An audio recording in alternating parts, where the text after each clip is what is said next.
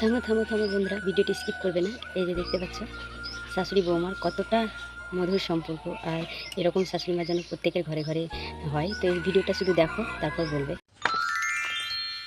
বৌমা, তুমি কোথায় যাচ্ছ? মা, বেলা 12টা তো বেজে গেল, দুপুরে রান্না তো আমি এখনো করি নাই, আমি রান্না করতে যাচ্ছি।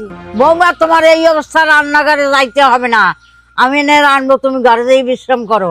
তোর জামা কাপড় গুলো কলপারে ধুই আয়, আমি এনে ধুয়ে দেবো। তোর নিশ্চয়ই এই অবস্থা কাজ করতে হবে না। আচ্ছা মা, ঠিক আছে। মা, বৌদির পেটে ব্যথা আসার পর থেকে তুমি ওনাকে দিয়ে কোনো কাজ করাও না, সব কাজ তো আমাদেরকেই করতে হয়। উনি শুধু সারাদিন শুয়ে বসেই থাকে, তাহলে তুমি ওনাকে বাপের বাড়ি পাঠিয়ে দিচ্ছ না কেন? তোর বৌদিরে কিভাবে বাপের বাড়ি পাঠাবো? ওর মা এমনিই অসুস্থ, ওর দেখাশুনে কি করবে বল? ও তো আমাকে সারা বছর কাম কার্য করে খাওয়ায়, ওরে 9টা মাস এই একটু সেবা যত্ন আমরা করতে পারি না?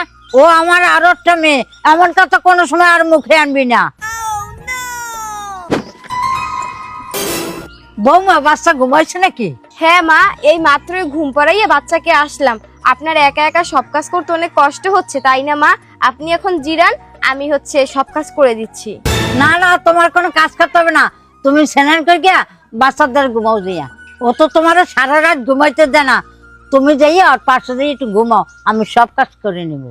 ভগবান, আমি ভাগ্য করে একটা শাশুড়ি মা পাইছি, দেখো আমার দ্বারা সেজন্য কখনোই কষ্ট না পায়। আচ্ছা মা, ঠিক আছে। বৌমা, ও বৌমা, আমি না বিছানায় বাথরুম করে ফেলাইছি, কিভাবে করছে আমি বুঝি নাই। আপনি আমাকে যেভাবে ডাকছেন আমি তো ভয় পেয়ে গেছি, তাতে কি হয়েছে? বিছানায় একটু নোংরা করছেন, আমি তো আছি পরিষ্কার করার জন্য। চলেন, হাতটা দেন, আপনাকে আগে পরিষ্কার করে তারপর আমি বিছানাটা পরিষ্কার করে দিচ্ছি।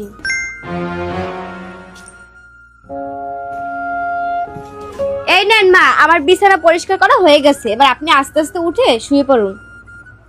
হ্যাঁ, আস্তে আস্তে উঠুন যাতে ব্যথা না লাগে। বৌমা, আমার ভাগ্যটা খুবই ভালো, আমি তোমার মতন একটা মেয়ে পেয়েছি। বৃদ্ধ বয়সে তুমি যদি না থাকতো তাহলে আমার কি হইতো? আমি এই বিছানাটা যে সারাদিন কতবার নোংরা করি, তাও তুমি আমাকে কিছুই বলো না, সব হাসি খুশি মনে মেনে নাও।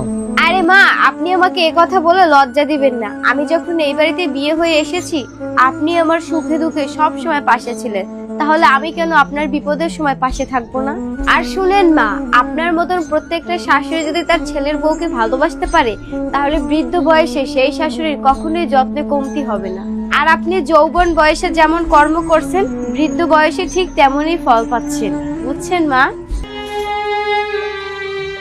আশা করি এই ভিডিওটা সবার ভালো লেগেছে। আমার তো খুবই ভালো লেগেছে, একদম মনটা আমার শান্তি পেলে। এত সুন্দর একটা ভিডিও, আর এই যে শাশুড়ি বৌমার এতটা মিল আমার খুব ভালো লেগেছে। তো আমি শুধু বলবো যে প্রত্যেক ঘরে ঘরে এইরকম শাশুড়ি বৌমা যেন থাকে, যেন কোনো শাশুড়ি মাকে পরবর্তীকালে মানে বৃদ্ধকালে বৃদ্ধাশ্রমে না যেতে হয়, মানে অসহায় না হতে হয় আর কি। তো তাই প্রত্যেক শাশুড়ি মাকে বলবো বউদেরকে মানে প্রেগনেন্সি অবস্থায় একটু কেয়ারিং করবে, যে একটু যদি ভালো রাখো তাহলে দেখবে বৃদ্ধকালেও কিন্তু বৃদ্ধাশ্রমে যেতে হবে না। তো ভীষণ ভালো লেগেছে আমার ভিডিওটা। কার কার ভালো লাগলো অবশ্যই কমেন্টে জানাবে।